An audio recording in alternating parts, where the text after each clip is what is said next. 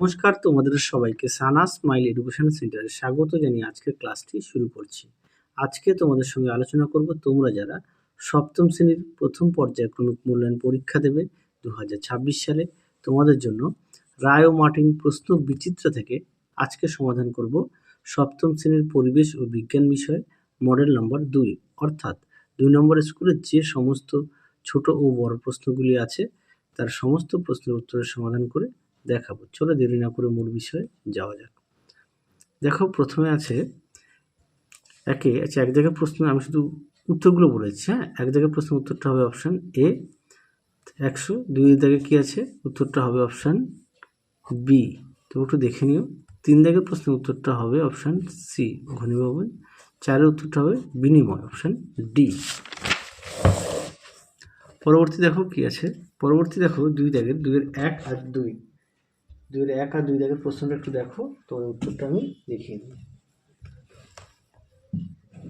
দেখো, এটা খাতায় আমি লিখে দিয়েছি, তোমাদের সুবিধার্থে দেখে নাও। 2-এর 1 এবং 2 উত্তরটা দেখো একত্রিতভাবে দেখে নাও। এটা 1 দাগের আর এটা 2 দাগের উত্তর দেখে নাও, সুন্দর করে দেওয়া আছে। পরবর্তী দেখো কি আছে, 3 দাগ, 3 দাগের কি আছে, ইলেকট্রন 19টি আর নিউট্রন 20টি। 4 দাগ, 4 দাগের প্রশ্নের উত্তরটা হবে A2 O3। 5 দাগ, 5 দাগের প্রশ্নের উত্তরটা দেখো লিখে দেওয়া আছে। তারপর দেখো 6 দাগ, 6 দাগের প্রশ্নের উত্তরটা দেখো আমি খাতায় লিখে দিয়েছি, একটু দেখে নাও। এখান থেকে এই পর্যন্ত লিখবে। পরবর্তী দেখো 3 দাগের 3-এর 1 দাগের প্রশ্নের উত্তরটাও দেখো লিখে দিয়েছি, যাতে তোমাদের পড়তে সুবিধা হয়, করতে সমাধান করতে সুবিধা হয়, আশা করি দেখে নিয়েছো।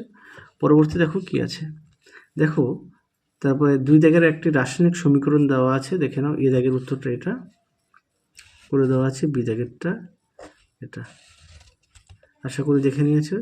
3 দাগ দেখো, 3 দাগের প্রশ্নের উত্তরটা দেখো করে দেওয়া আছে। 4 দাগের প্রশ্নের উত্তরটা দেখো। আচ্ছা, 5 দাগেরটা তোমরা রায় ও মার্টিন সহায়িকায় 9 পেজে পেয়ে যাবে। হ্যাঁ, তারপর দেখো 5 দাগ, 5 দাগের প্রশ্নে কি আছে, হাতে এটা ঢাললে ঠান্ডা অনুভূতি হয় কেন, বা ঠান্ডা, প্রশ্নের উত্তরটা দেখো দেখিয়ে দিই। এখান থেকে এই পর্যন্ত লিখবে। পরবর্তী দেখো লাইফ সায়েন্সের সমাধান করব কি আছে, দেখো লাইফ সায়েন্সে 1 আছে ভিটামিন সি জলে দ্রবণীয় ভিটামিন, 2 আছে মোমেতে ক্ষতিকর আজিনোমোটো মেশানো থাকে, 3 দেখো সালোকসংশ্লেষ প্রক্রিয়ায় গাছ খাদ্য তৈরি করে, 4 আছে খাদ্যতন্তু পেকটিন জাতীয় কার্বোহাইড্রেট। তারপর দেখো এক কথায় কি আছে, কোনো ব্যক্তি বিএমআই কত হলে তা ওই ব্যক্তির স্বাভাবিক ওজন যুক্ত বোঝায়, উত্তরটা লিখবে 18.5 থেকে 25। 2 দেখো কোন বয়সে শিশুদের মধ্যে ম্যারাসমাস রোগ দেখা যায়, উত্তরটা লিখবে 1 থেকে 4 বছর।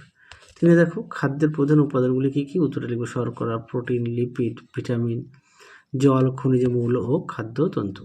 পরবর্তী দেখো 3 দাগের নিম্নলিখিত প্রশ্নগুলির উত্তর দাও। প্রশ্ন মান 2 কী আছে, 1 জীবদেহে জলের ভূমিকা লেখো। দেখো প্রশ্ন উত্তর, তোমাদের আগের ভিডিওতে সাজেশান দেওয়া আছে সমস্ত বিষয়ে, তোমরা যারা এখনও দেখোনি আমাদের প্লে লিস্টে গেলে সাজেশান পেয়ে যাবে।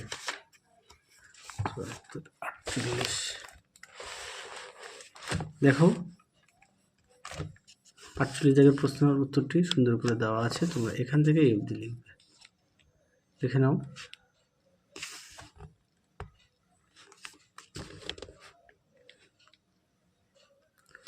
আশা করি দেখে নিয়েছো। পরবর্তী দেখো 2 জায়গার প্রক্রিয়াজাত খাদ্য কাকে বলে, উদাহরণ দাও।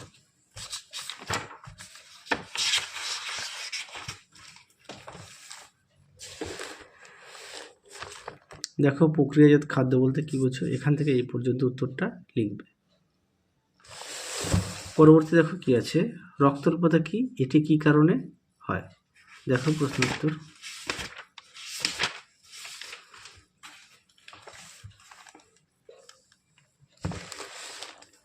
দেখো প্রশ্ন উত্তর, এখান থেকে লিখবে, কারণটা দেখো এই পর্যন্ত লিখবে। পরবর্তী দেখো কি আছে, 4 দাগে সোডিয়াম ও ক্যালসিয়াম খনিজ মৌল আমাদের দেহে কি কি কাজ করে? দেখো প্রশ্ন উত্তর কি বলেছে, সোডিয়াম ও ক্যালসিয়াম, সোডিয়াম আর ক্যালসিয়াম।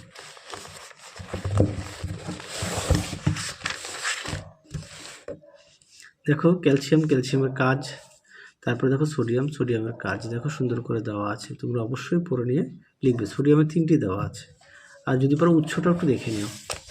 পরবর্তী দেখো শেষ প্রশ্ন, প্রাণীর দেহে প্রোটিনের গুরুত্ব লেখো। উত্তরটি দেখো,